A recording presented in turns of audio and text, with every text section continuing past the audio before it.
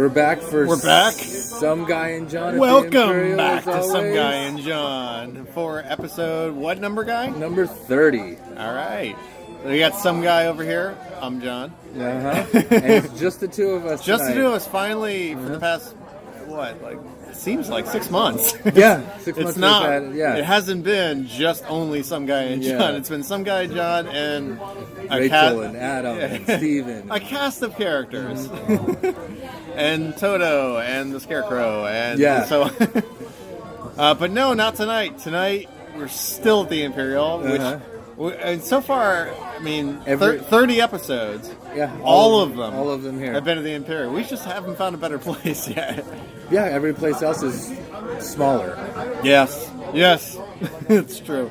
Yeah, but that's okay. Business as usual. Imperial. We saw a movie. We saw it with Adam too. Adam's MIA tonight. Adam is MIA because he decided to take a nap. And he missed 40 minutes of a movie that's slightly He took a nap during the movie. How is he still tired? I was sitting next to him in the middle between the two of you. And he passed that, and I was watching on my watch. I kept looking down at my watch. As soon as I started seeing his eyes close, and then they were solid closed, I was like, all right, start counting. Start hearing snoring later. As soon as I see him move at all, reach for a soda, whatever, popcorn, whatever the hell it was, then I'm like, okay, what was that? That stretch? 15 minutes. All right. 5 minutes later, he's out like a light again. Very sad. You were wide awake. You were... Yeah, because I like the movie. Absolutely. Like I said, I was sitting in the middle. I was also in the middle. Yeah. Adam could not be bothered with this movie. And unfortunately... That's the lead off to the title, which is Ghost in the Shell. Ghost in the Shell. I will have to Sorry, say, ScarJo, so immediately, okay, I'm going to go see it. I will have to say it is the best anime adaptation to live action that's ever been made so far. I haven't seen as many as you, but I would agree with that. The two that stand out are Speed Racer and Dragon Ball Z. Yeah. Okay, well, yeah, I'll tell you, I'll agree. It was better than those two. I did see both of those, and Speed Racer was horrible. Balls to the wall, make the anime in live action. It was too much of that. There you go. It made it look pitiful after a while. It was just pitiful. Yeah, and Dragon Ball Z was just a... I didn't make it through all of that movie. It was just horrible every step of the way. I didn't even choose to watch that movie. I was at somebody's house and somebody was watching it, and I didn't even get a chance to walk out on it before they turned it off and said, wow, this thing sucks. I don't particularly like it. I'm not into Dragon Ball Z. I felt bad for the fans while they were watching that this was their representation. That's whose house I was in at the time. Was a fan, hence why they got that movie. And I was like, well, I guess I'll never know if it was any good. Yeah, apparently I wasn't even worth trying. With this movie, I saw it once. No, I saw it twice. John saw it once. Yeah, you saw it twice. Yeah, I saw it. First time I was like, okay, this is really cool.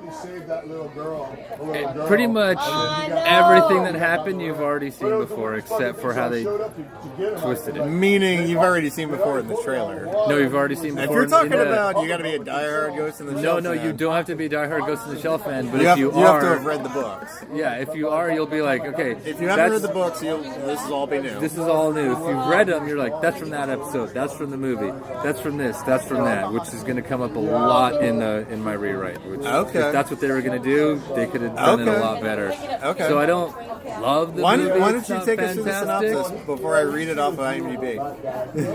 The simple synopsis You're is... a fan. You're a true fan. Give us the synopsis. The synopsis. Yeah, I know. What happens at the end. The synopsis. We're dealing with a woman who's a robot who works in cybercrime. So it's in the future. Set in the near, which is one of the things I like about Ghost in the Shell, possible, slightly probable future. With body augmentations, robotic eyes. 2040, something, 2050. 2040, 2050, maybe 2070. Okay, something like that. Yeah. So not terribly far off, but a ways. But not and not terribly inconceivable. So what's the basic thing? Her brain is human. Her brain is human. She's a complete cyborg. She's everything else is not. Everything else is not, and she looks like Scarlett Johansson. And she's discovering herself. Yeah, we'll talk about the I can't wait to talk about the whitewashing. The whitewashing controversy. It was like Gods of Egypt in there. It was like Gods of Egypt. I'm slightly on both sides with the financial side winning with the whitewashing. Okay. But essentially, it's in the near future. She's put in her brain is put into a robot hot chick body. Yeah. Yeah, and she's part of cybercrime or whatever. She's the head of a cybercrime. Something like that. Secret Service, Ministry of Defense. Whatever they have in Japan. Japan loves ministry. This is very clearly in Japan. This is not an American movie. Yeah, it's not an American story. No. This is all Japanese. Yeah. So everything's set in Japan. That's why when I say whitewash, it is so hysterical. Yeah. And when I say it's like Gods of Egypt in there, let me tell you, it's like Gods of Egypt in Tokyo this time. Because it is whitewash. Yeah. The last time there was this many white people in Tokyo, we had just finished a specific war. That's the closest I can think of. That's the only analogy. It's not the most sensitive, but it's the closest analogy I can think of. I mean, seriously. See, I don't want to. Everybody needs ScarJo's in the movie. I don't want to start chiming in with in the anime, but the guy was already there. yeah, Well, but yeah, it's. I mean, there's. They weren't. I don't think the anime. Now you saw. I know the basic premise and the basic plot. But I didn't go deep into the books or anything. No, the anime or anything. I haven't read, but I've seen all the anime. Okay. Yeah, and it's. How many Caucasian people are there ever in anime? The curious thing is that the lead isn't specifically Japanese. But there's two in the people. anime world, everybody's Japanese. In the anime world, everybody's not really much of anything. They all look kind of Japanese to me. No, not really. And oddly enough, the reason that anime characters have big eyes is because of fucking Walt Disney. It's exactly because of Walt Disney. To me, yeah. just anytime I hear the word anime or even see anything that is an anime, I'm like, oh, well, that person's Japanese. Yeah. Now, I'll say that. They can have the bluest eyes and the blondest hair, and I'll be like, that's a weird-looking Japanese guy. I wonder why they did that. Look what they did to that horrible Japanese person. That person is so sad now. In the anime, for the whole team, there's, I'd say, 4.5 distinctly Japanese/Asian people that you're like, okay, they are. I like how there's a half. Well, there's a half because there's like the major. Sometimes she looks it, sometimes she doesn't, depending on which. That's our lead character. That's our lead character. Yeah. Okay, so she's solving all these crimes in the cyber world in the near future, and she's brain human, everything else a robot, but all meant to look human. Yeah, and it comes basically. Actually, I have a. I guess we could go for a simple rule. We're not going to say anything that's not in the trailer for the synopsis. Go for it. And she comes across something that, if you've seen the trailers, they didn't save your life; they stole your life. Ooh. And she comes across the person that's telling her that, and she investigates that further, and that's our backdrop for the story. Where did she come from? Yeah, where did she come from? Who is she actually? Because she's been told and she has these memories. She's been told she has these memories. She's been told and she has these memories, but somebody else is telling her, though, that's not true. They're fake memories. Yeah. They're very Total Recall. Yeah. Okay. Yeah, very. Okay. And that's where... Is that it? I liked it. I'd say go see it because, like I said, that's a synopsis basically. Because anything else would start to give it away. All right, but we're gonna go into spoilers. Yeah, very soon. Very soon. Because just surface wise, excellent cinematography. Yeah, I like the cinematography. Scenes and shots. I like the cinematography. And in a weird way, I also hated the cinematography. Why? Cinematography is one of those things I always look at now. Mm-hmm. Ever since I got a reasonably powerful camera, many, many moons ago, I always have an eye towards the cinematographer and what they're up to, what the DP is doing on every single movie, because they're all very distinct, or they usually are. So what didn't you like? Well, it goes into parts that I just didn't like about the movie. Oh. So the story and the cinematography going together that you didn't like? I mean, the cinematography was shot in the same way in which I saw a lot of the same props that I saw, a lot of the sets that I saw. So not just the cinematography of how they moved the camera, what lens they were using, but also what it was pointing at, what color this thing was, what age this thing was. Yeah, and for you 80s kids, the locker room from Running Man makes an appearance in the movie. So many things from the 80s made an appearance. Yeah, the locker room from Running Man. I was like, here's another thing. Yeah. In the future, if it's like 2040 or something like that, yeah. The retro thing to do, because we have like muscle cars from like the 60s or like retro cars, right? Yeah. Well, the retro car of the 2040s are all 80s Nissan Datsun shitboxes. Yeah, they're all loose DeLoreans. With they're like all, crap. Yeah, I mean, all square and they're like boxy. Datsun, they're like 80s Datsun 240s, Yeah. but like with shit glued to them. Well, actually, no, they didn't have shit glued to them. There little was, things. No, like, there little was things holographic advertisements everywhere and arrows on roads. Right. No, you're right. And then on that road, you'd see like a 1988 Firebird painted flat black. Yeah, driving past. And it was looked like a brand new car in this world, but clearly it wasn't. Yeah, there was a lot of Blade Runner and RoboCop in it. There was a lot of Blade Runner, RoboCop, Total Recall. Yeah. Not the Colin Farrell bullshit, the real one. Yeah, the real one. But the only one. If you want to get a glimpse of what a lot of the cars look like, watch the second Back to the Future movie. Yeah. Because those are all cars from the 80s that they made look like they were in the future. Yeah, it reminded me. They had of, no choice but to take an 80s Mustang and make it look like it was a 20 or 15 Mustang. What was that movie with... So all they did was they glued a bunch of shit to it and changed the color. Yeah. And then put holograms all over the roads. Just Volvos. They were all knockoffs of Volvos. The square and boxy. A lot of the them. boxy and like... Not all of them, but a lot of them. Yeah. But they were all 80s box cars. Yeah. Same thing in this movie. I think it was a choice by the DP. Yeah. I don't know if it was a choice by the director. Well, no, maybe. I don't know. I mean, when did Ghost of the Shell come out? Did it come out in the 80s? It came out in 95. 95. The comic book came out in the late 80s, 89, 90. Okay, then the first movie anime came out in 95. Okay, so they were paying homage to the comics. Yeah. Because I was telling myself, I'm like, well, if they're hearkening back to the comics, we would have seen a lot of like 80s cars and 80s architecture. Yeah.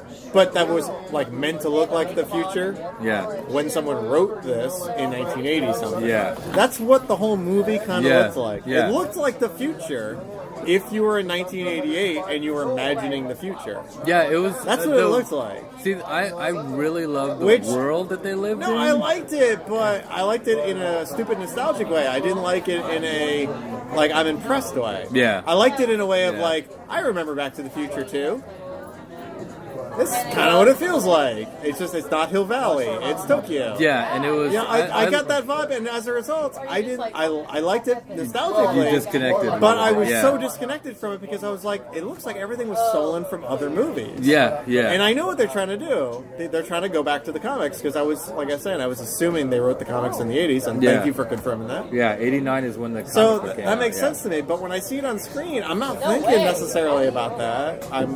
I'm having to convince myself of that. I'm thinking about Blade Runner, Total Recall, and Back to the Future 2, to name a few.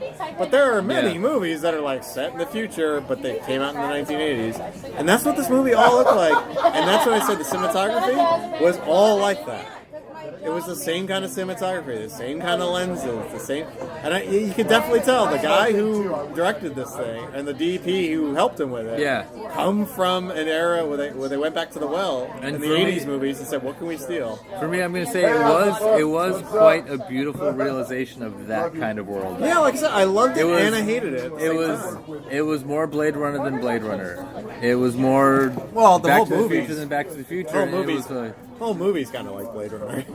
Yeah, I mean, it is. It is. Ghost in the Shell is kind of like Blade Runner. Yeah. It kind of is.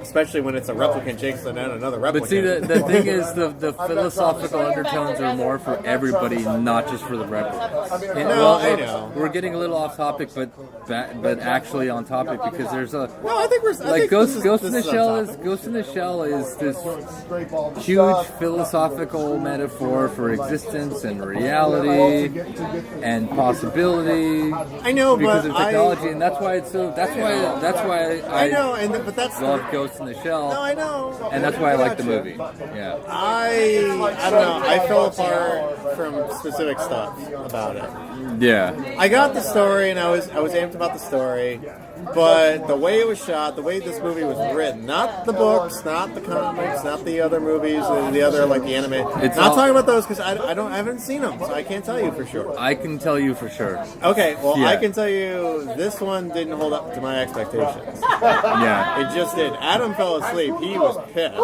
when we walked out of there. Me and him went off in another direction. Yeah, I was hanging out with my friend. Exactly. Yeah. We went out the other exit where we're talking to each other, and I was like, Adam, what'd you think? He's like, this piece of shit. I can't believe it. He was pissed. I mean, he fell asleep through 40 minutes of it. Yeah. And when he woke up, he's like, I was like, did you feel like you missed anything? You want to go back and see it again? He's like, no. Yeah. I'm not seeing this thing again. Yeah. This is awful. I'm like, all right. And I think I figured it out. At least I think I know why. Uh-huh. I think it's I don't think it was terribly the best acting I've ever seen. It just I don't think it was. Well, see, I think Scarlett did an okay job. I won't say she did a bad job. I wouldn't say it's her best, but I could definitely see she was trying and she did an okay job. Everybody else in the movie kind of fell flat for me. Nobody else really stuck out. Nobody else really said, "Wow, that guy's going to go for like best supporting." Wow, no, not even close. Everybody just kind of showed up, and it seems like they were boxed into a contract deal where they had to show up and they had to do this movie because A, they were either cheap enough, or B, they had a contract with the studio and they had to do it, and they just had to fit the character whether they were right for the part or not. I got the distinct impression not everybody in this movie was cast for that role. They were actually just told by the studio, you're going to use this person, you're going to use that person. I didn't get the impression that a director sat down, looked at the script, and said, yes, I want this person for sure. I got the impression a bunch of producers said, you're going to use this person, now make it work with this person. I think it was I didn't get it. I think it was a little bit of both. You know, like when Spielberg makes a movie, you can tell he picked everybody specifically. You can tell, like him and his casting directors went out and looked for specific people. This was the complete opposite for me. I got the impression this was like forced on some of these actors and on the production. No, I didn't. Well, none of the actors. They were getting a paycheck, but no, I didn't get that impression. I got the impression that what I got was. Well, I can't really explain all those other blasé performances. See, what I got was. I didn't we're making a movie. Actors show up for auditions or whatever. It's an anime movie. You have an infinitely smaller pool to choose from. So you're taking the best of what's there, knowing, and then once you read through the story, knowing that a lot of you are going to be name dropped and background dressing, and that's it. That's all they're going to be. Maybe because the movie, can you name the two or three? Let's skip up the spoilers. Can you name the 2 or 3 lead characters in the movie?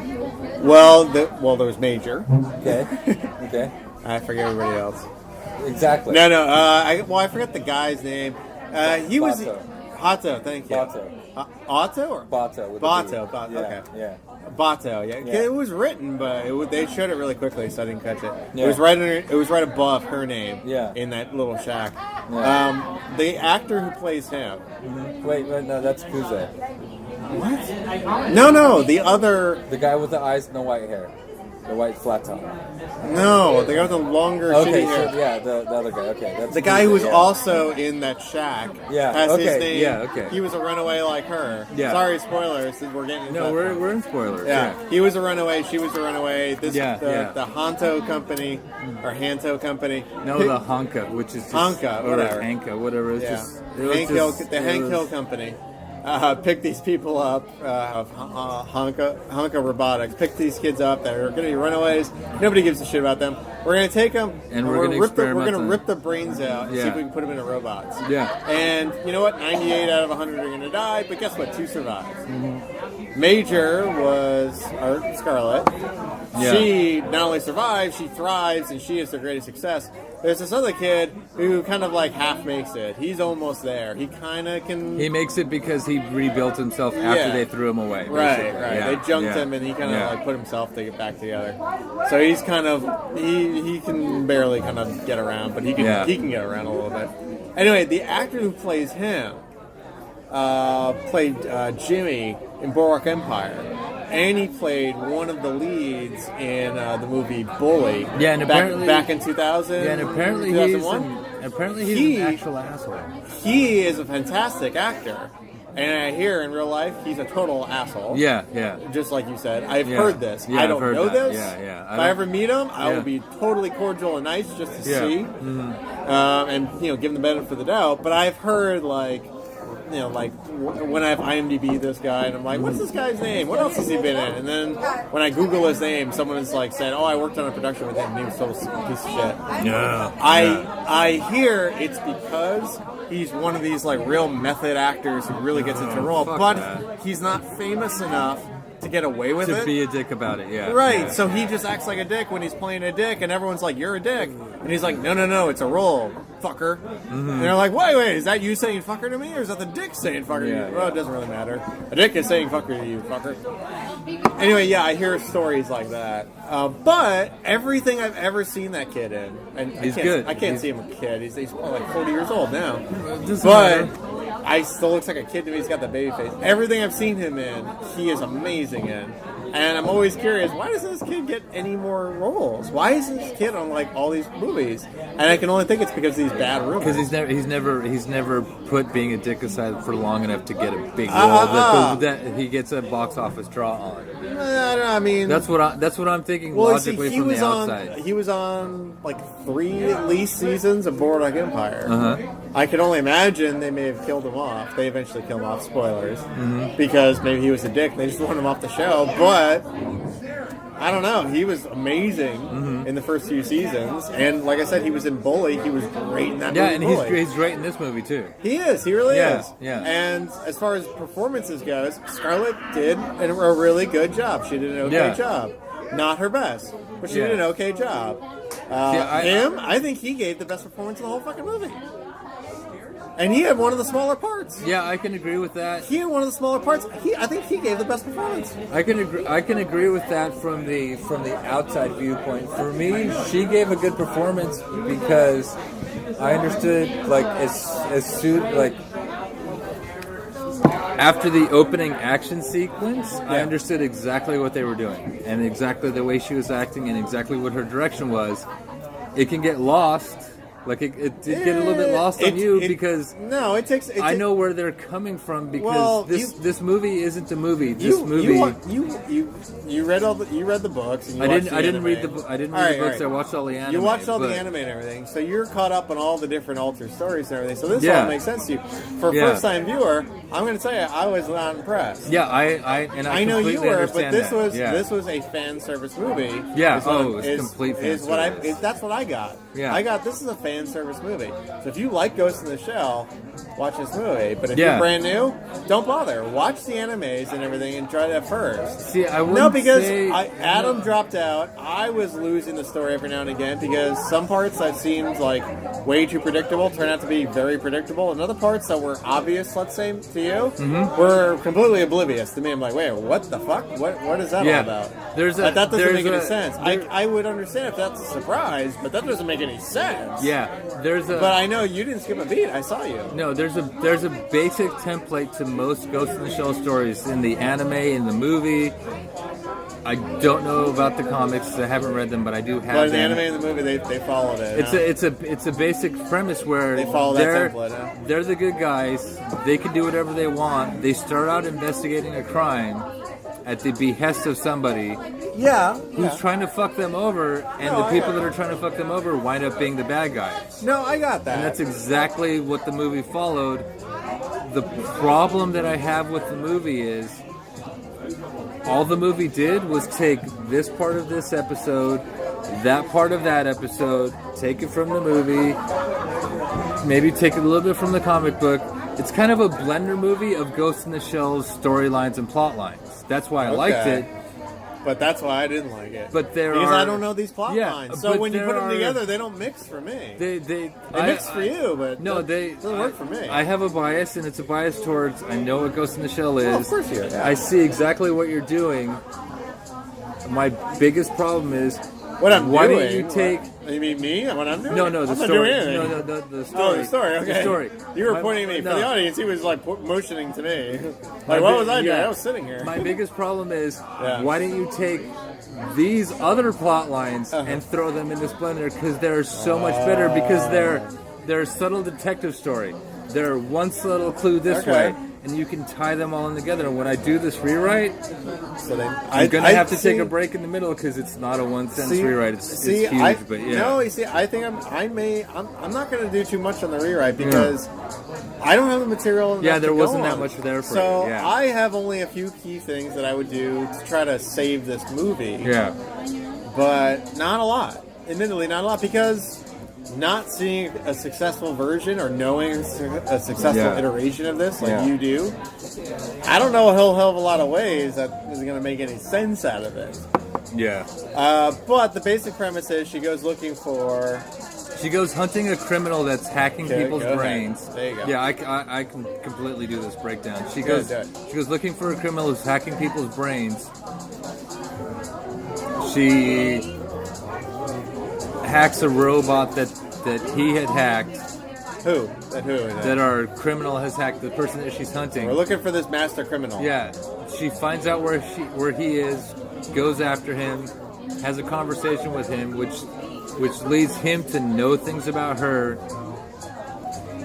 that she can't explain. So she like basically dives, and that's why I say it follows the basic premise of most Ghost in the Shell stories, but it's not its own story. Stick to the movie, but you have to pretend like it is. Yeah. So she digs deeper into the little bit of information that she's got, still with her goal of catching him. As she uncovers more information, she realizes that he's not the enemy. She's an earlier iteration of her that was just abandoned and thrown away and managed to survive. So, and I keep having the pull on this, because it's actually what happened is the people that sent her off that she's working for are actually the bad guys. Would that be the Department of Defense, or the Ministry of Defense, or would that be... That'd be the corporation that's giving the... That'd be the Tonka, that'd be the Tonka truck factory. Yeah, I know. That's why I hated that name. I hated it as... Well, and they said they didn't even bother with trying to. You can call it Tonka or Honda. Take your pick. Yeah, and it was.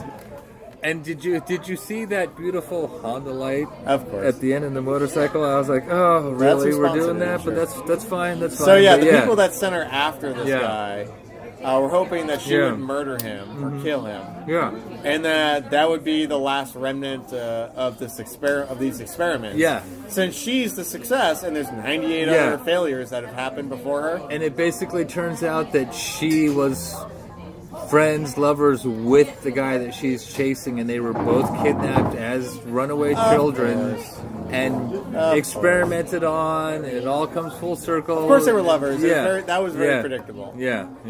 Right, so she realizes that, and she's like, I'm not going to work for these assholes anymore. So all of that, the whole storyline, it is pretty predictable. Yeah, let me try the quick breakdown of where basically everything in this whole movie has already happened in the anime, and the movies, and the TV show. You do this quick?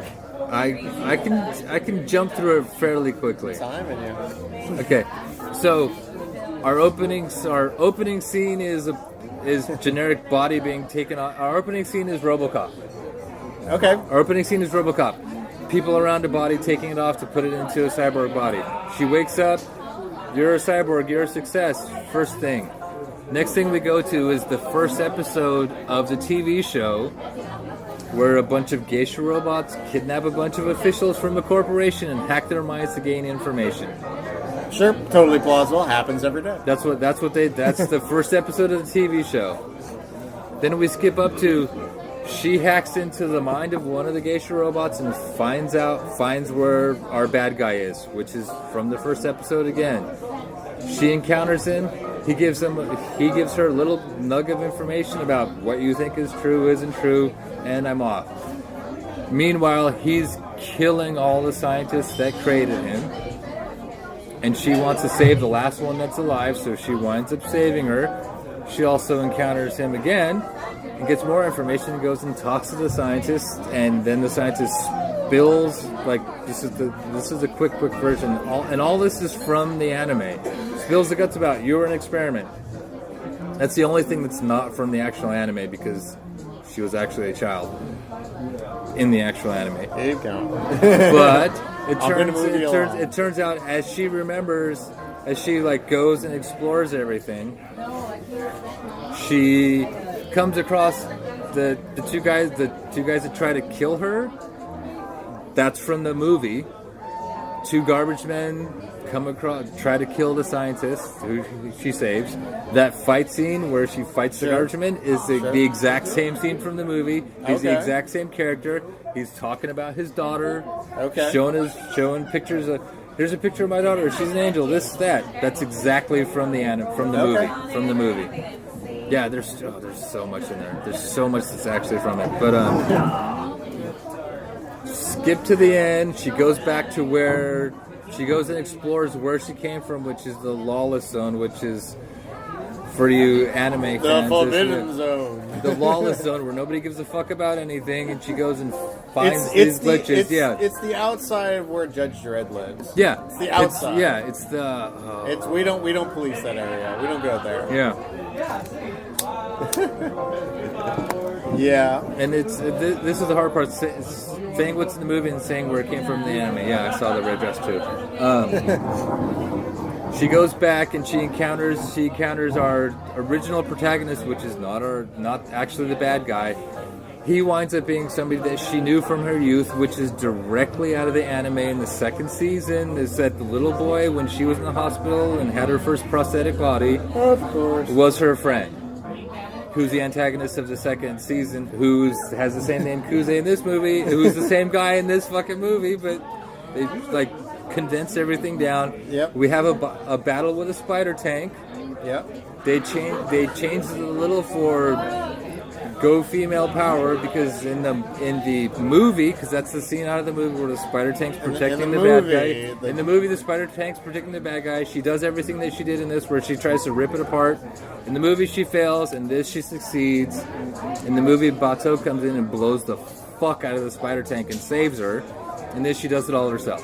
Yeah, because she's Zero. She's Scarlet. Yeah, and so much so at the end of the movie, when you have the sniper team that's killing them both, it doesn't get to kill her because he comes in and saves her. In this, her friend saves her and shoots down the sniper plane, and it goes down. In the movie, she gets carried off as a husk and explores the World Wide Web. It disappears into the net. In this, she gets up and walks away. She gets up and walks. She gets up and walks away because there might be a sequel. Yeah, there might be a sequel. Well, they're hoping for one. I don't know if they're going to do it. And the closing shot. I mean, they probably will, though, because there's a fan base. Well, and the closing shot is one of the first shots from the anime where and back again to the anime where she assassinates somebody, jumps out the window, activates, and I'm really pissed off that they didn't, not once in this movie did they say thermoptic camouflage. Well, I mean, she goes invisible. They don't say what it is. Yeah, well, that's what it is. But she can go invisible. Okay. Can you agree that thermoptic camouflage sounds cool? Yeah. They don't say that's what they have. No, missed opportunity. But she does the exact same scene from the movie where she jumps out of the window, goes invisible, runs her hand over her face, and everything disappears, and that's how the movie ends. No, it's cool. Perfect setup for a sequel, and I'm happy about that because I would love this to turn into a franchise because, we'll see. Like I said, it's the best anime adaptation ever. As long as it makes money. Which studio put this one together? Paramount. So Paramount's trying here. Paramount's the parent company, but Paramount's the parent company, but I mean, there was 17 Chinese names ahead of time. That's to make it cheaper for Paramount to make it. This was very heavily influenced. So Which is to say that I don't know that Paramount had absolute confidence in making this movie. That's anytime I see that, where there's like 17 different like Chinese production companies ahead of time, all people who pushed in money, obviously. It's gotta all be in an effort to make it cheaper for whatever parent studio. Well, with this one, I see it more as all those other companies pushed in money because they know the potential of the property. You're taking the nice guy side. You're giving them the benefit of the doubt, huh? Well, I'm saying Paramount said we got the rights to make this movie. Let's make this movie. Who else wants to join in on it? I'm gonna go with the skeptical No, it side. was all financially motivated. Yeah, I'm going with that. It made it cheaper for Paramount, but it also these other companies got in because they know that what Ghost in the Shell is and how great it actually is. I hear you. I don't know if the theatrical version of it, in this case, is going to be what the studio really wanted. But they figured, hey, if we make it cheap enough. Yeah. I don't know. It's kind of a red flag. It's kind of a red China flag. Yeah. When I see like 17 different companies come in. Well, that's to make it cheaper for Paramount and to make it easier to distribute worldwide. That's why the lead. I understand there are several movies. There's several movies that I really love that do have a Chinese production company here and there because hey, guess what? They have our money. Yeah. Why not? Why not get something back in return? I'm not going to complain about it. Well, the fun thing about it is... I am going to complain about it being kind of a red flag when I see so many in the beginning. Yeah, when you watch... then it goes to a studio that haven't really seen anything...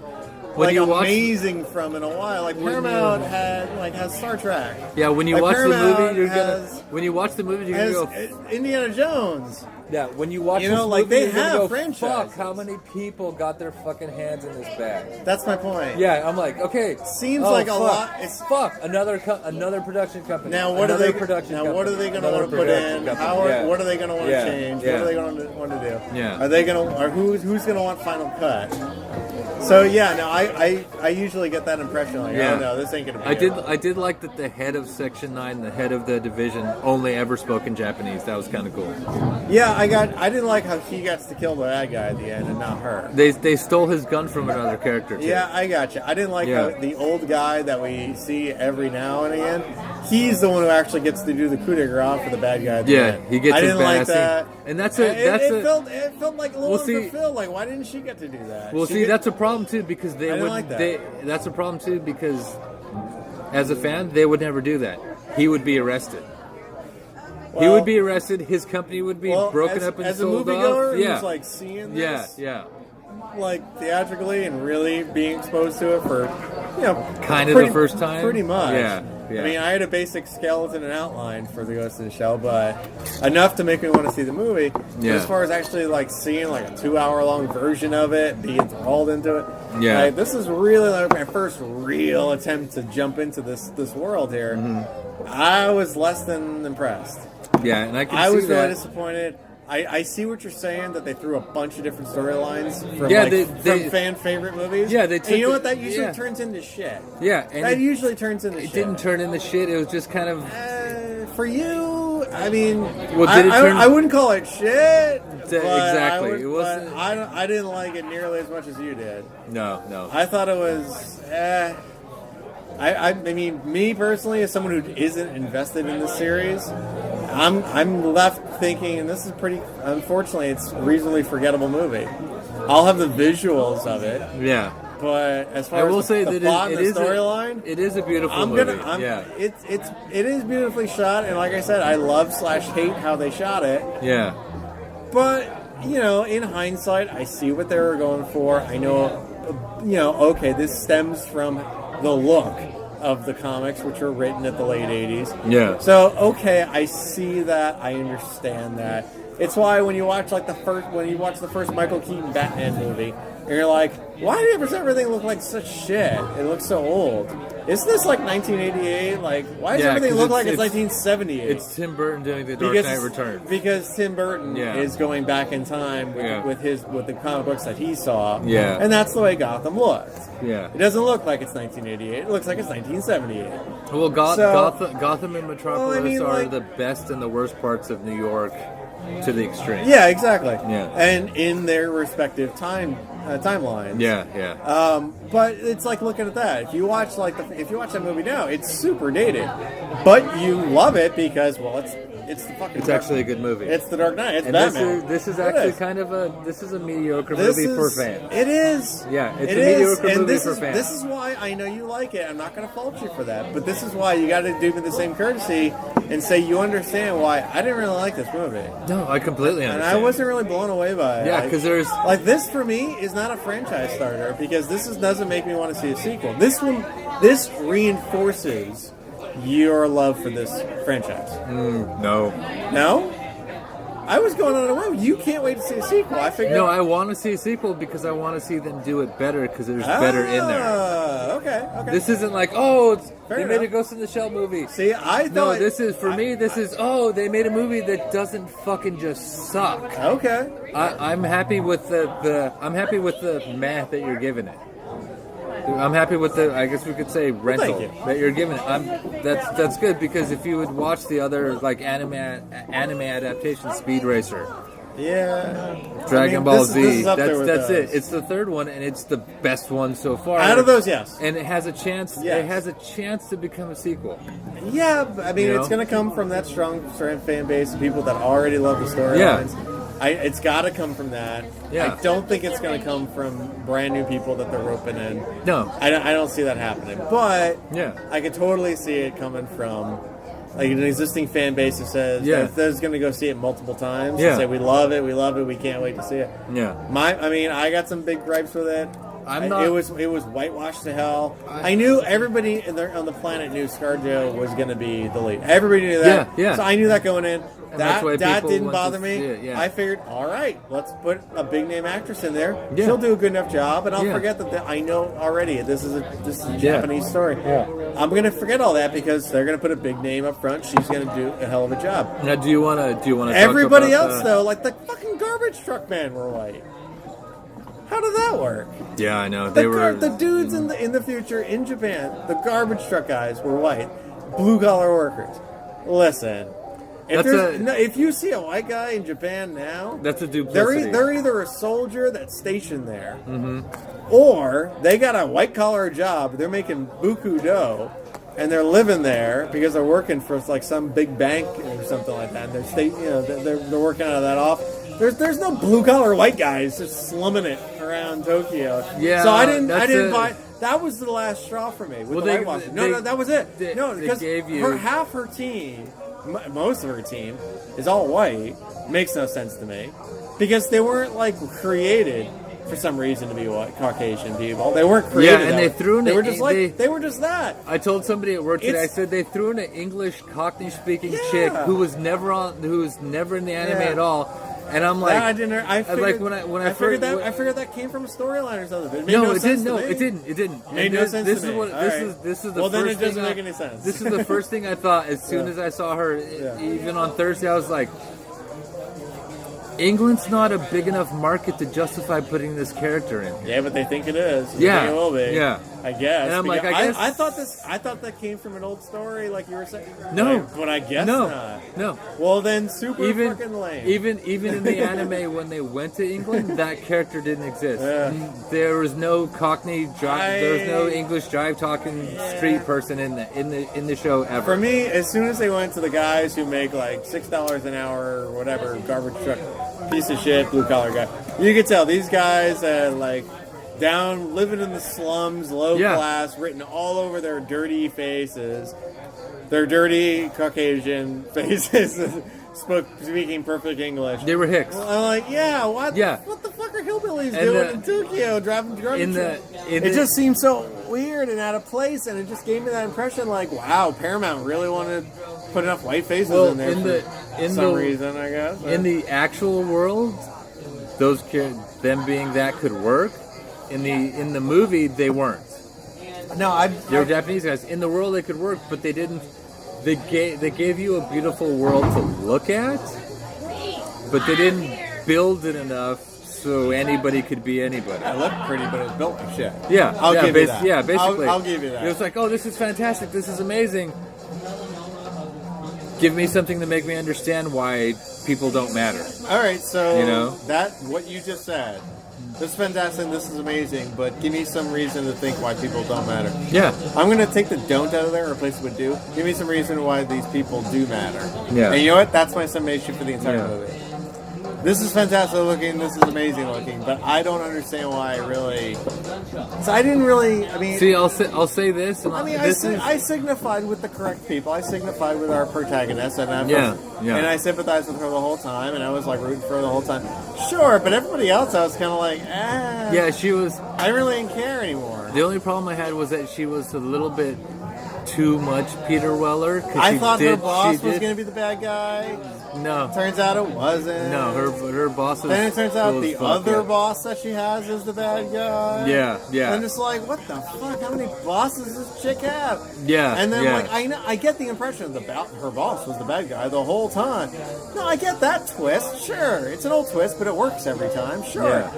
Turns out that wasn't good enough. Her boss is the bad guy. No, well, he's not really. It's her other boss that's the bad guy. Her other creator. Boss is the boss of the company that created her. See, that's where I was like, you know what? Just pick one and deal with it. But they can't do that because they got to be beholden to these stories. I get that. See, I'll say this. But as a movie, for me, it didn't make it for me.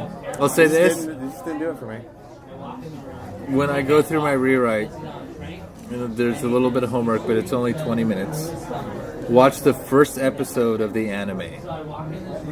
And I'll tell you, in that first episode of the anime, and that's where a lot of my rewrite's going to be based off of, you have the framework for a fantastic philosophical detective cyberpunk sci-fi movie. Okay. Just in that first episode, just in that first 20 minutes. Okay. Because it has the geishas doing that. It has them doing the raid on it, and it doesn't have her going off on her own. She's part of the team, which makes it just that much better. And I'll go out on a limb where we can both agree that pretty much every Twilight Zone episode could be made into a movie. Yeah, but you know what? I don't think they should. No, I don't think they should, but they could be.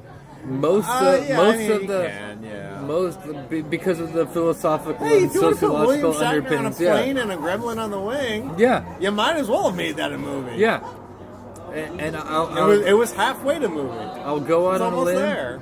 I'll go out on a limb. Most of the Ghost in the Shell episodes, could be made into movies. Okay, well, because they have a lot of, they also have a lot of that psychological underpinning, reality underpinning. Okay. They have that added layer of reality manipulation and everything. Well, then I'm going to make you start watching Black Mirror. Okay. Which is better than Twilight Zone as far as I'm concerned. And I like me some Twilight Zone an awful lot. I watched all the old episodes. That's a long time ago.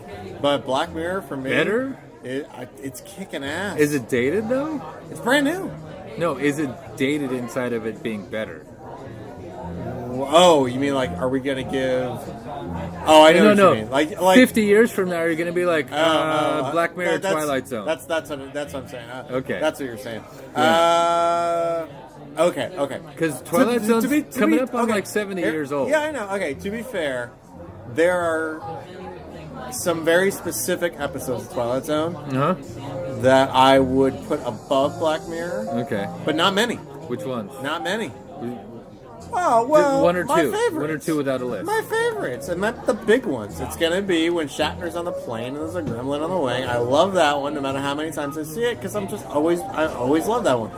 That, and when the dude there's the nuclear bomb, he gets into the bomb shelter or the library. He brings all the people that the library. The glasses. He breaks his glasses. Okay. That one. I dare say I think that might be my favorite one, and Shatner with the gremlin on the wing is maybe my second favorite. See, Shatner with the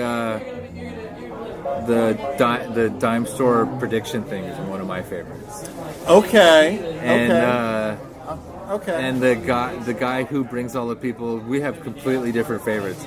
No, well that's fair. Yeah. I'm not going to criticize you for yours. Yeah. I like those. My favorite. I still like the one the best for me is when the glasses break and he's locked in the library for the rest of his life. Yeah. He's an avid reader. Yeah, and he's happy. Exactly. And the glasses. Thank you. Break. That one.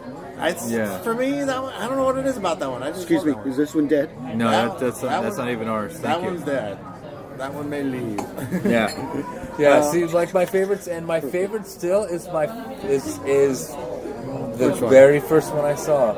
Okay. Little Girl Lost, where she crawls through a momentary tear in the dimensions, which actually says a lot about me. Tear in the boundaries between different dimensions, and the whole family has to go through everything to get her out and all that. I will tell you my least favorite.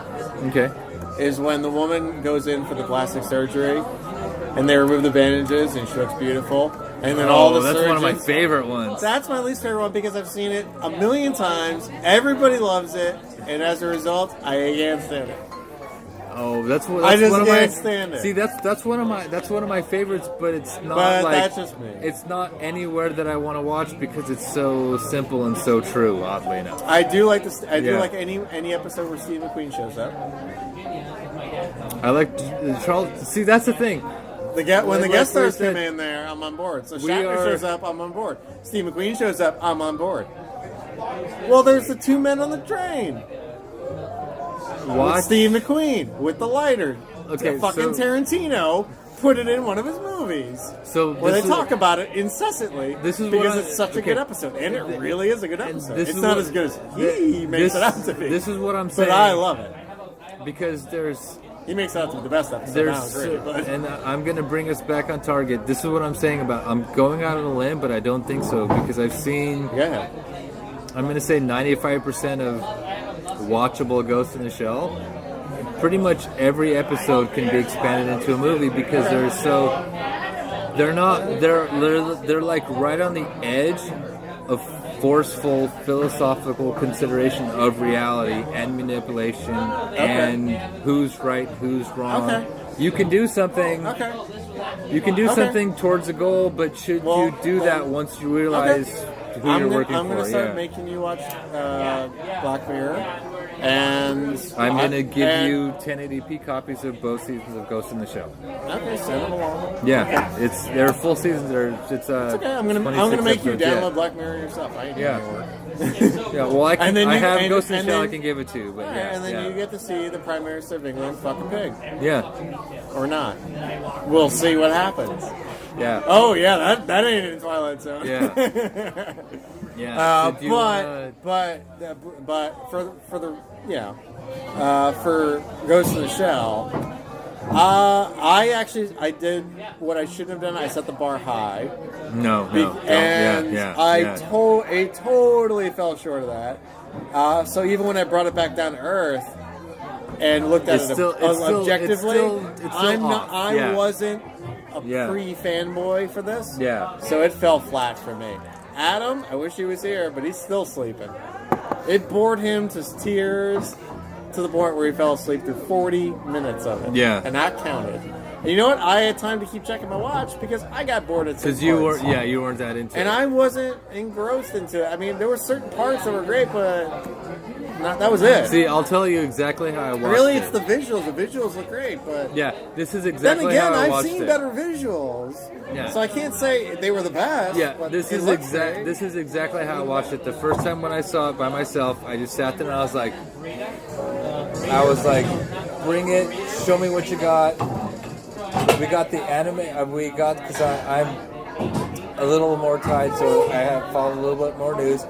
The creator of the anime was like, I like what they're doing. I'm like, okay, he likes what they're doing, let's see what they're doing. I watched it and I was like, okay.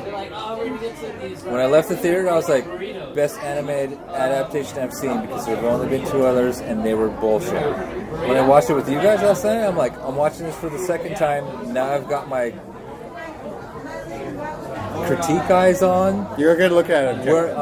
I'm like... You're going to look at it objectively. I'm sitting there, I'm like, okay, let's look at this. You're not going to be shocked by it. Let's look at this. Yeah. I already know what's going to happen. It was last night. Yep. Okay, cool. And I was like, okay, I still kind of like it. Dude, I still say that. I see now more exactly what you're doing with plotline, part of the anime, part of the movies, part of the TV show. Just throw them kind of all in a blender, and the whole time last night I was kind of like, there's so, like I said, the first episode of the anime series is better than this entire movie. I hear you. It wasn't a great representation. I gotcha. Yeah. But for me, it didn't hook me and say, "Oh, I got to go see these other things." Well, it was a good representation of story. the. Was just okay. It didn't blow me away. Yeah. It made me want to go and just rewatch Blade Runner. Yeah. Or what's in the theater right now, I think, still. See if I can catch one of the final showings of Kong before it leaves theaters. Because I'd rather watch that again. Because that was a lot more fun. I could do Kong again. See, I don't think I could do this again. I could do this again, but there's not much more after a second viewing. Honestly, I can say there's not much more to see on it for a third time. And we're not going to get... Like, I could say maybe 3D would be add a new twist, but not much because there's so much forced 3D, but yeah. Tell me if they get a sequel. See, I'd say... I'll watch a sequel with you, but that's only because I've seen the first one with you, and we'll do it. Yeah, But I'd say... I'm not geared out. Like, I wasn't blown away like, oh, I cannot wait for the next one to come out. It's not that for me. See, for me, what's between good and great? Good and great? What's between good and great? But not bad, because that's kind of where I am. It's like, it's not great, but it's a little bit better than good because it does a watered down version of it exposing you. Want to grab your cigarette set? It was. It's a really watered down version of this universe. It does a good job at showing that. I don't trust you on that. But because it's so watered down, it loses you. Yeah, it doesn't make me want to go read the book. It doesn't make me want to go see the other, like the TV shows and shit. It doesn't make me want to do that. It just doesn't. It tries it, but you can see it coming. That's kind of the problem. It didn't make it for me. I don't think it was a terrible movie. It's totally watchable.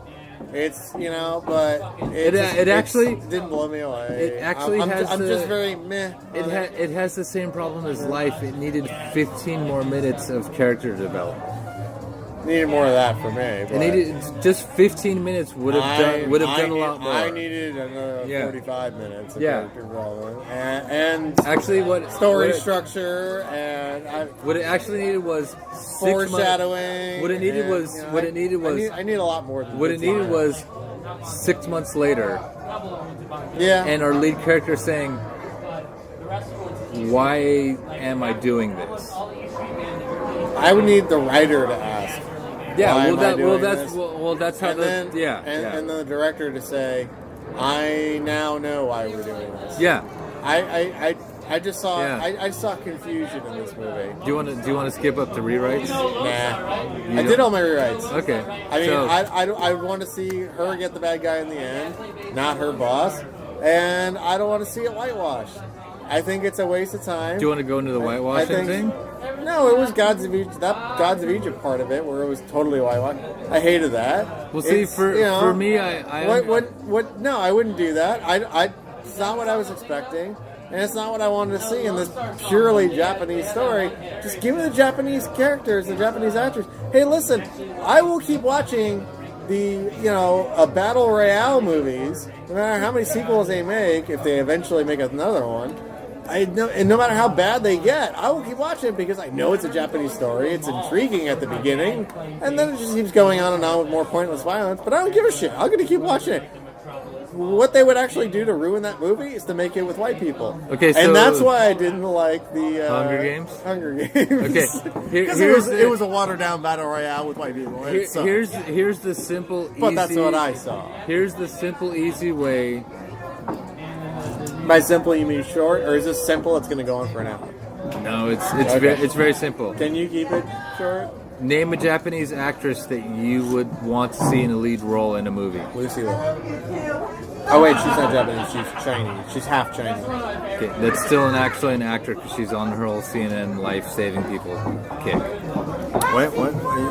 No, I thought you said an actress you want to see in this role. No, a working actress that you'd want to see in this role. Name one, but okay. Oh, well, I mean, a working actress I want to see in this role. I mean, I wouldn't really object to seeing Lucy Liu do this, but I was okay with ScarJo doing it Because everybody, the whole like, okay, so name here's the thing though. The whole lead up until all the trailers, everything that you were seething over, like I can't wait. All of that, all prepared us for Scarlett Johansson. Okay, we all saw it. We all knew it was coming.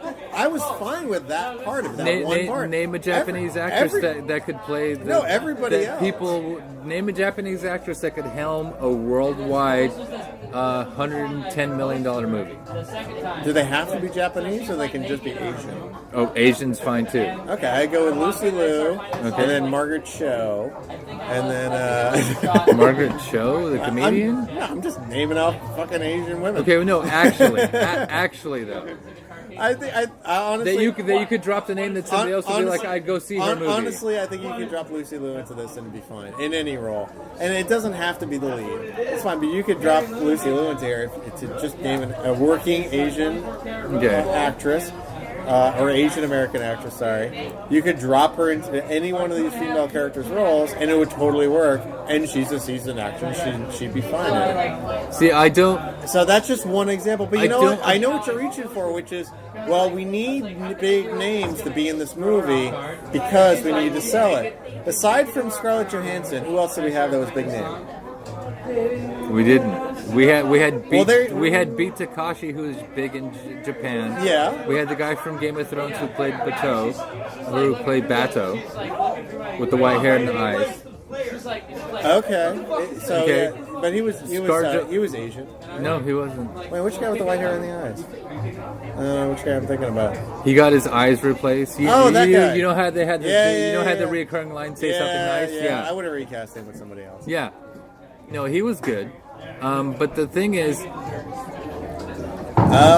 the only one I can think of is Michelle Yeoh, and she's not a name that enough people know to be like, I'd go see her movie. Yeah, but here you go. There's not a lot of like big, heavy Westerner names in here. Yeah, there's really not.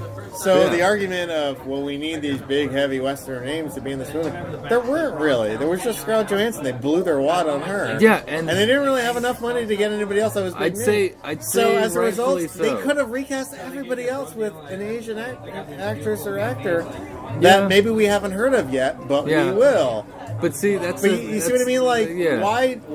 I get what you're saying. You're pointing out the fact that we don't have that many Asian or Asian American actors and actresses that we are well known off the top of our head. You know what? This would be a fantastic vehicle to introduce. See, what I'm doing is to us. See, this would be a great way to do it. What I'm coming from a strictly financial, pragmatic side is like put Sonny Chiba in there. See, what I'm saying is get this movie made. And right now, I don't know anybody who can disagree with the statement that this is the best anime adaptation of a movie. Get that made. Let's turn anime adaptations into movies into the new superhero movie thing. Look, it worked with this. Look, it worked with that. Then we can come back later and cast them the way people think they should be cast. They're doing them like superhero movies. They're looking at they're looking at the comics that have a big following. Yeah, and then they're pushing them in to movies. Yeah. Now it doesn't necessarily hurt them that they were also this one was also anime. Yeah, but they're looking at here's what sci-fi nerds are into in droves. Let's make a movie out of it. Guess what? Yeah. It worked with all these other comic movies. Why shouldn't it work here? I get that, and it's fine. I'm not saying they shouldn't do that. Yeah. I'm not saying they shouldn't. I'm just saying that when they pick up on something that's made in Japan, set in Japan, all the actors are Japanese, and all these books. But to whitewash it makes it into Gods of Egypt for me, and that immediately turns me off. See, it's not for me. You're going out on a limb because you are seasoned. You could see, well, in this comic book, this guy was white. This comic book, this guy was black, and this guy. You know all this. What I know of this is a Japanese story that's set in Japan with Japanese characters. Well, see, what you know and there's all these white people around inexplicably, as far as I'm concerned. I'm the guy that you need to convince, not you. They already got your money. They need mine. They need yours. They're not going to get it when they do stuff like this. But they got your money. Okay. Your opinion is you're sold already. But here's the thing. They need to sell me. No, here's the thing about your opinion. And that would make a difference for me. No, here's the thing about your opinion. I don't like it when they whitewash it. If it was a better story, would that whitewashing be a problem? it would still be a problem. I don't know. Would it drag it down if you were like, holy shit? If your position was, I really want to like this movie, but I have a problem with the people that they cast because the story was great. It's not a either this or this. Mm-hmm. It's not that. Uh-huh. If the story was better, I would like it better. If it wasn't as whitewashed, I would like it better. If it wasn't as whitewashed and the story was better, I would like it a lot better. Okay. But the problem was it wasn't any of The this. story was just kind of meh. If the story was better and it was whitewashed, I would like it better than this. Okay. Because the story was better. If it wasn't whitewashed, you would like it better. If it wasn't whitewashed, I would like it better. If the story was better, I'd like it better. If it wasn't whitewashed and the story was better, I would like it a lot better. But now we're talking about almost a totally different movie. Now I'll take a direct parallel. You guys have a good time? The first superhero movies were horrible. Clean all that stuff you guys left me. It's all good. The first superhero movies were horrible, but they got made. They were completely outside So you're of the naming source specific material. movies. Which movies? The Doctor Strange movie, the first two Captain America movies. Okay, those things, they were just horrible. They got made. They're When did the first two Captain America movies get made? one was in the 70s, one was in 1990. Okay, because Superman came out before that. Superman came out, yeah. Well, it did. Yeah, With and there was Christopher Reeve, only Superman. But no, Superman didn't come out before the first Captain America movie. Superman didn't come out before the first Doctor Strange movie. The first Doctor. Okay. The first Doctor Strange movie in the mid 70s. Okay. Where it was like what was the first superhero movie? The first superhero movies goes all the way back to the 40s with serials that they showed before the movies. Well, there you go. And it was Batman. Well, there you go. Because it was really easy and it was horrible. Okay. Well, well, speaking of Batman. But see, the thing is, it got made. How about Adam West? That was a TV show. Don't give a shit. He made a movie. He made the Batman movie. And they should actually. I would love to see. So when you're gonna go into this, well, the first superhero. No, it got. Here's the thing, but though. You really want an equilibrium between the anime movies and the superhero movies. I get that. I understand that, and that's what you're trying to make it out. You're like, well, this is like the 40s with superhero movies. Is like today with anime. I get what you're saying. The first ones, the ones right through the gate, are not that great. Okay. I get what you're saying. Yeah. And you hold on. And that's you know the what? thing. If they make them better, I'll say nicer things. And they'll get better so long as. But this one wasn't that great. No, it wasn't. So but as they make them, as they get the opportunity to make them, you build on it, and that's the thing. Yeah, you don't have to push for that. I can almost say in 20 years, if I'm still around, we'll see a Ghost in the Shell movie. You don't have to push for that. Be like, holy you shit. don't have to push for that Yeah. because unfortunately they've already pigeonholed this movie into a superhero movie. Yeah. I'm sorry. It's not listed as an anime movie. It's listed as a superhero movie.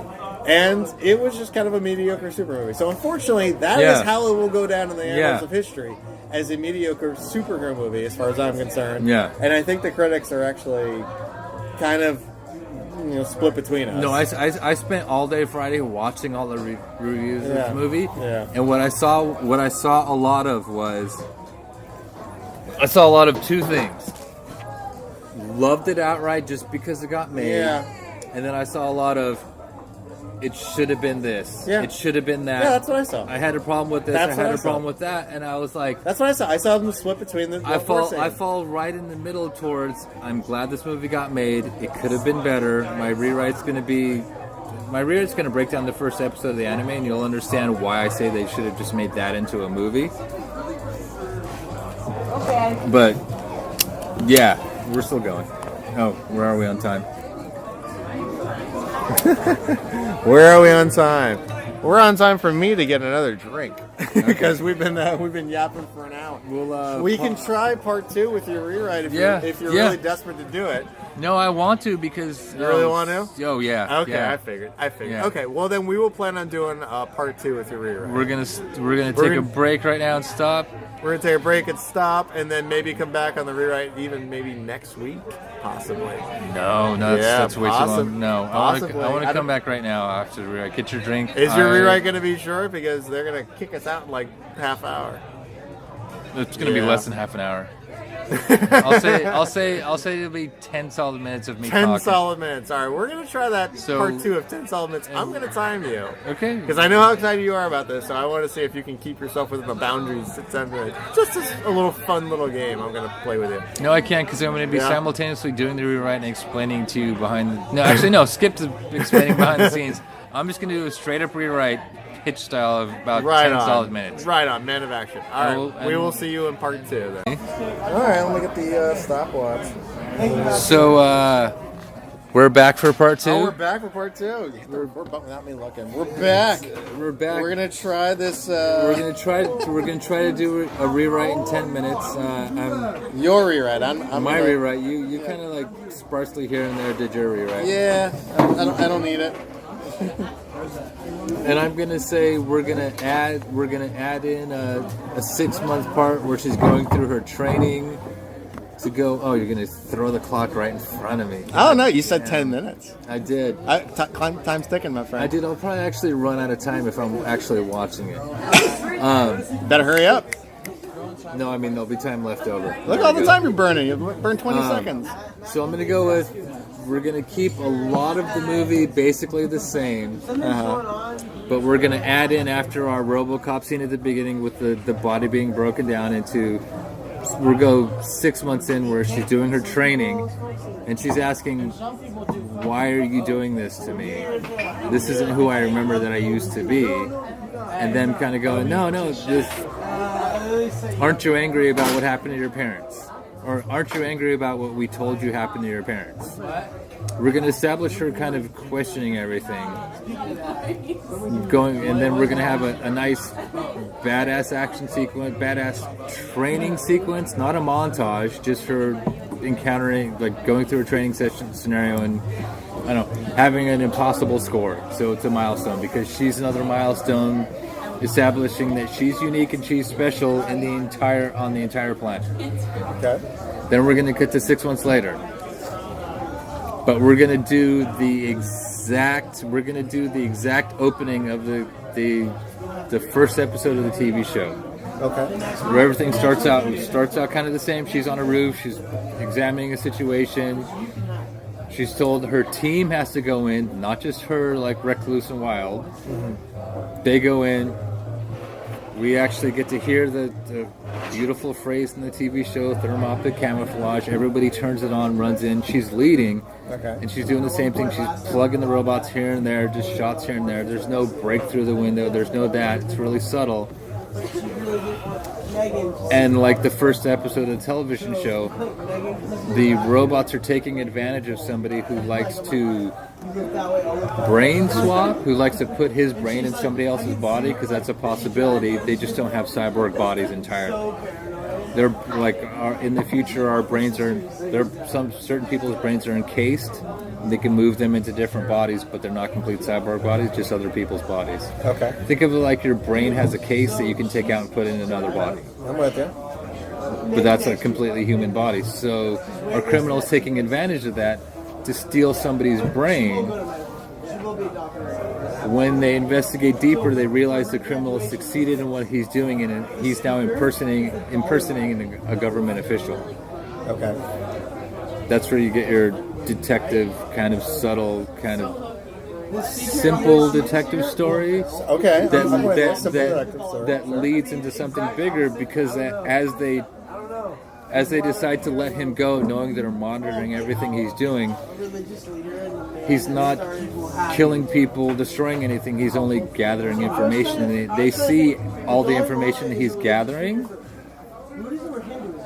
And she comes up as the first successful, viable cyborg out of this company in that information. She decides on her own to start investigating that. Okay. Outside of the team, kind of on her own time. She's still doing her job. We'll throw in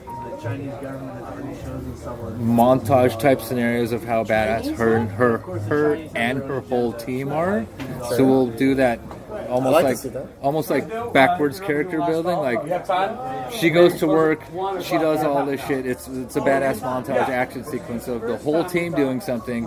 Then she comes back, and then we get back to detective work where her and her team are following this guy, but they're only following what he's doing. Right. We don't see any of it. Just like, oh, he's done this now. We have complete tabs on him. We have complete control. Right. We don't have complete control of him, but we have complete tabs on him. We know what he's doing all of the time with no gaps, so he's not doing anything. And she's following him, gaining all this information, noticing that more and more he's looking into what created her. Right. I'm with you. Yeah. So. I got you. Shit, I'm halfway through already. Oh, good. You're only halfway done. Yeah. And basically, it breaks down into we ease off of how badass the team is because we're establishing how well they work together in these montages. Like, we'll say there's 5 members on the team. Each montage highlights a little bit of one character and their connection and the way they work, like the way they're a part of making this mission come complete. Okay. They all have something to contribute. They all have like, oh, we should do this. They do that, or the team comes together. The sniper throws down and saves the team. The mostly human guy throws down and saves the team. That kind of thing. Like everybody plays their part in these montages. There's slight background dressing, but you saw the beginning of Suicide Squad. Yeah, you know better, but you build up how they're actually a cohesive team, and we come to the end where he achieves his goal of finding out how she was created. Okay. And we almost do it in her thing, and she figures out how she was created and finds out exactly what happened to her. Everything's completely laid out. Then we get the nice like Mindcom scene where she's like, I need your help taking out this corporation because this is what they did to me. Right. Then we have our big non-montage action set piece where we see what the teams have been doing the whole time come together as they infiltrate this company. And it's literally the kind of another definition of badass where Sniper's doing his thing, taking out people so they can progress. Computer guy's hacking his way through. Somebody's literally hacking the minds of the people in there so they can just walk into the front door. They're called different names. It's a whole like almost kind of like an Ocean's 11 kind of thing, almost like a heist kind of spy movie. All right. But with the already established badassness of this whole team being implemented for her to achieve her goal. And just like the anime, we don't kill the bad guy, we arrest him and make him pay for what he's done to all these other people. You throw him in jail. Yeah, you throw him in jail and you destroy his company. You don't just kill him. Yeah, you act like Batman. Yeah, basically, and that's what I want. That's what I was hoping they would do with the dumbed down thing, but that's what they could have done, and that's what I'm hoping to see in the future. Because the whole team is completely, in the anime, the whole team is completely badass by themselves. Okay. Like, you gotta... And it's kind of funny. You got like she's like the penultimate conglomeration of everybody, but she can't do it by herself. And if she has to do it by herself, she's completely rogue and risks not being able to pull it off. When you add the team in there, they're kind of bulletproof. You got Bateau, the guy with the eyes, the big buff burly cyborg guy that'll bust through and break through anything. I like him. You got her. She can do all her wizard stuff. You got like the hacker that will hack through all the systems. You got the kind of shady guy that will like get a guard to betray them to get them in. And he's got his buddy who, if he can't get the guard to betray them to get in, knows somebody else like the cleaning lady that will like betray the company to get them in. It's like it's the beauty of the whole thing is it's a huge team that comes together and are fucking unstoppable, even if you thought they've lost. Okay. Because if you thought they lost, that was part of their plan, so they could keep going. Like Ocean's 11? Yeah, that's what I was hoping for, and that's my rewrite. Would you want to watch that movie? More than the one I saw. Would you want to see that team do other things completely established? More than the one I saw. Yeah. And like I said, I got a minute and a half to spare. You want to use it for anything? No, You're down to a minute now. I'd say for this, despite all the shit that people are talking, and despite all the huge heaping praise that people are putting on this movie, go see to support more movies like this getting made. Because it's not horrible. You can agree with that. It's not horrible. No, it's not horrible. Yeah. That's not enough. It's like, I'd It say... needs a lot of work. I'd say throw your money down as a donation on a Kickstarter project to turn anime movies into the next phase of comic book movies where people are pulling from all kinds of different sources to create the things that you loved as a child and put them on the big screen and maybe turn them into eternal franchises. Because for me, this is one step closer towards the Robotech movie. Okay. One step closer towards the Star Blazers movie. Because those, or fucking even Thundercats, Silverhawks, all that shit coming back. A decent He-Man movie, all that shit. It's loosely tied together. Fair enough. There we go. So there we go, just under 10 minutes. And that's 10 minutes like now. I told you I could pull it together a movie You that did. you actually You want to did. see. Yeah. You did. Yeah. You did. Well, that about wraps it up for our part 2. That was Ghost in the Shell. Sorry Adam couldn't join us because I was very interested to see what he was going to say, especially since he fell asleep for 40 minutes. Yeah, that would have been. I was very interested. That would have been a whole new, like almost double, triple twist on top of. Oh, I didn't like this. Oh, what about this that actually happened? I'm that you missing. slept through? I'm Yeah. missing Adam on this episode. Yeah. But that's okay. I'm sure we'll get him back on the next one. Yeah. Oh, definitely.